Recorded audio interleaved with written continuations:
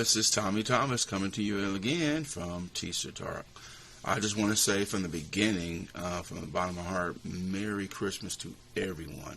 This is the time of year, we all festive, we're all in the giving spirit, and, we should love one another and do the things that we need to do for one another all year long, not just this time of year. But just wanted to say that before I got going. So this segment is going to be about primetime. Once again, there's some backlash that he's been receiving, obviously, because he came in and his whole purpose was to bring light, a brighter light, to the HBCU football, and just universities in general. The public kind of seems to wane a little bit. Oh, yeah, they're there. We know about Grambling and Jackson State and all these other things. But he brought really live prominence to this situation that we're all in, right? We know that black colleges get looked over. He just wanted to bring something to the table to show that these universities deserve the attention that they should get on a national level, television-wise, anything, sponsorships. He walked into a situation in Jackson State. The locker room was falling apart. The practice field was nothing. Just the budget wasn't there. No one put the money or the resources that they needed to put into these facilities and for these student athletes. And that's across the board, not just the football team, but we're talking about the football because we're talking about Deion. His whole purpose was to come in and, hey, we got to change this up. We got to change how we do business. Now, he came in, was very successful. The team was thriving. They won, the championship of the SWAC. They went 12-1 this year. Obviously, at the end of the year, they didn't complete the deal by going 13-0 and winning in the Celebration Bowl, which is the championship game between the MEAC and the SWAC conference. However, his impact on college football and the black college universities has been huge. I mean, huge, magnified. He did a heck of a job coming in and showing you that this kind of thing can be done if the proper attention is given, if the right people are in place to do the things they need to do. And he was just bringing that to his attention. However, they caused a lot of backlash, right?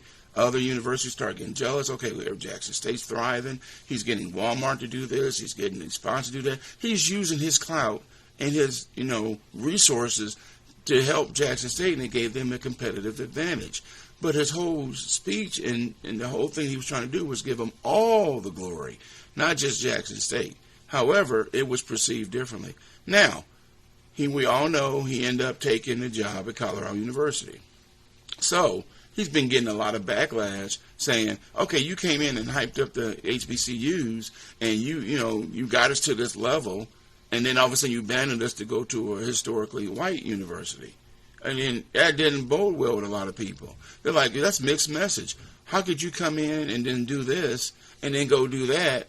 And then, we're confused. You sat and came in and set the barometer and you set the bar up high, and now you're gone, and now people are fearing that the bar will just go right back down to where it was before you got here. How could you leave them like this? Well, how can anybody leave anything? I think he did a great job. You have to understand what he was going through. Okay, he gave them half his salary. Half. Would you give half your salary? He did, and to improve the situations at Jackson State.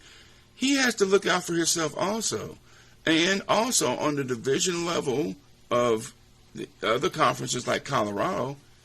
There's no black coaches on this level here. I mean, there are next to none. He might be 2 or 3 out there. He had a golden opportunity to go to a university that had just hired 2 straight African-American coaches in a row. Now he's the 3rd.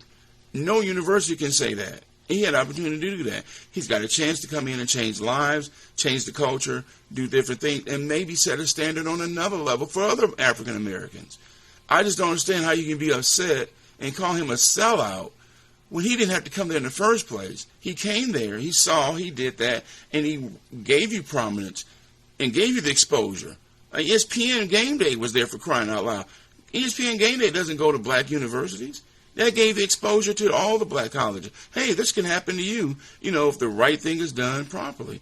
But instead, you want to beat the man down for coming in and then leaving, because he has to have his own ideas and agendas to go on also. I mean, he was making $300,000, and again, he was giving half of that back to the university. Now he signed for $5 million. That's a huge jump. Who wouldn't do that? You sit here and tell me you wouldn't do it? We all would do it. He came in, he set the foundation. Now somebody needs to take it from there. He's got the people in place now, and if they can continue what he started, it will be fine. If the other universities can do the same thing, hey, we got a good thing going. But however, we cannot call somebody a sellout and then look at our own selves in our own situation and say we wouldn't do that same thing. You know, practice what you preach, okay? I don't have a problem with what he did. He came in, he said what he's going to do, he did what he's going to do. Now he needs to come in and do that on another level. And if he does great there at Colorado, the other hires of African American possibly could be hired. They could say, look at Deion. Hey, we'll give him a chance. Let's give somebody else a chance. And that's all you're asking for. He's a trailblazer. Give him an opportunity. Don't tear a man down. He tried to build you up, and then y'all throw shade on the man. Okay? So just look at everybody's situation and not be too judgmental. Anyway, tell me what you think about this, and give me some likes, and give me a comment, and please subscribe. And like I said, Merry Christmas to everybody, and Happy New Year. Thanks for watching. Please subscribe.